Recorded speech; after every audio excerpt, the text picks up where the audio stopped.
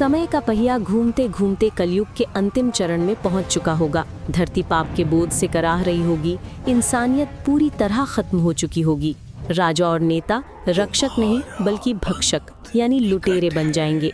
न रिश्तों की मर्यादा होगी, न सच का कोई मोल। नदियां सूख जाएंगी, धरती बंजर हो जाएगी और विष्णु यशा के घर में दिव्य प्रकाश फैलेगा। स्वयं भगवान विष्णु अपने 10वें और अंतिम अवतार में जन्म लेंगे, भगवान कल्कि। उनका रूप अद्भुत होगा, उनकी आंखें कमल के समान विशाल होंगी, हृदय पर शिवत्स का चिन्ह होगा और चारों भुजाओं में शंख, चक्र, गदा और पद्म होंगे। लेकिन तुरंत ही वो एक साधारण मनुष्य का रूप धारण कर लेंगे ताकि दुनिया उन्हें पहचान न सके। भगवान कल्कि बहुत तेजी से बड़े होंगे। उनकी शिक्षा के लिए महेंद्रगिरी पर्वत पर रहने वाले चिरंजीवी भगवान परशुराम आएंगे। परशुराम जी जो हजारों सालों से सिर्फ इसी पल का इंतजार कर रहे थे, वो कल्कि को शस्त्र और शास्त्र दोनों की विद्या देंगे। भगवान शिव की तपस्या करके कल्कि को एक चमचमाती हुई दिव्य तलवार रत्नमरु प्राप्त होगी जो बिजली से भी तेज होगी। और तभी आकाश से एक विशाल सफेद घोड़ा उतरेगा। इसका नाम होगा देवदत्ता। ये घोड़ा हवा से बातें करेगा और इसके पैर जमीन पर नहीं पड़ेंगे। अब समय आएगा धर्म युद्ध का।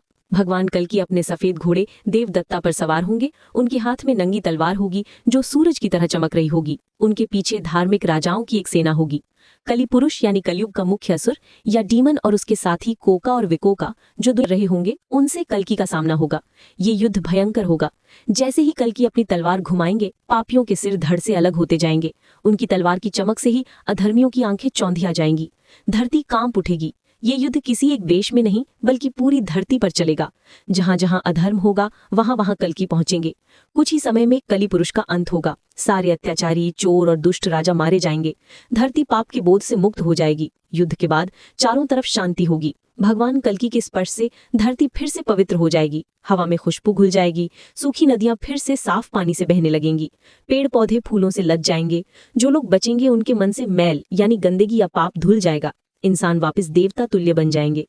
इस तरह कलयुग का अंत होगा और सतयुग का आरंभ होगा।